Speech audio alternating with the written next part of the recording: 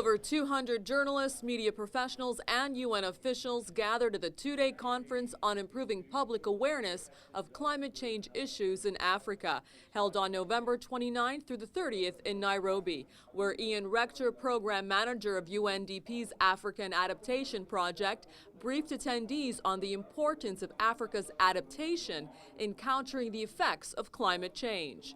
The conference took a regional approach to help expand public understanding and advocacy about climate change with South-South cooperation and within the framework of the African Adaptation Program. The African Adaptation Program is a strategic initiative, and it's designed to assist the countries in the 20 countries in strengthening their ability to identify, design and implement and monitor long-term adaptation within the context of development. I was very encouraged that as we roll out this program that we have support, and that is demand-driven. It's not like where you're pushing the program.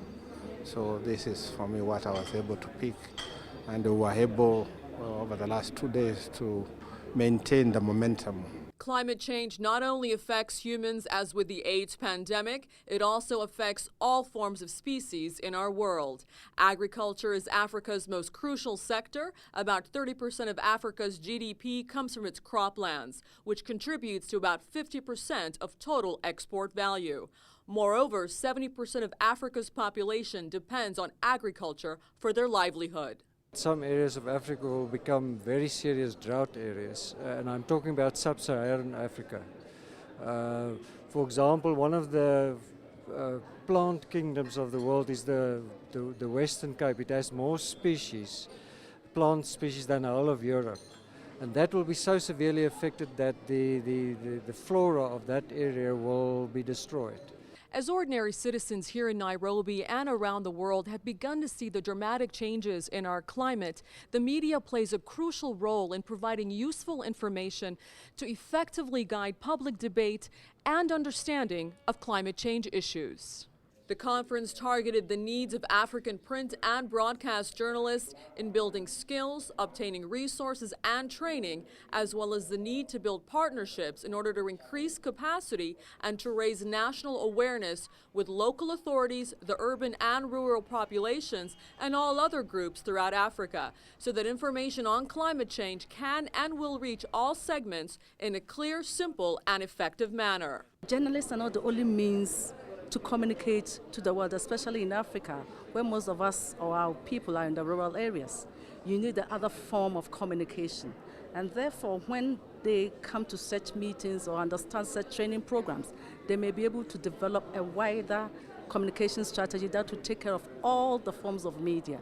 I think media training in Africa for development has been underfunded because people have not realized how important it is. I think that, for instance, within our development programs and within our funding partnerships with the external development partners, we should be able to say, if we are thinking correctly, that mobilizing our people behind an idea is important. And the media are part of that mobilization process. It has to be structured in, not an afterthought. It has to be built in, but built in with a good rationale, because if the public are not behind it, nothing will happen. Consensus was reached on the need for a national communication strategy for expanding public awareness and acceptance of the implications of climate change. Media experts noted the importance of synergies among government, media, and civil society to reach local communities in Africa in providing practical climate change adaptation solutions at the grassroots level. Afaf Kanja, South-South News, Nairobi.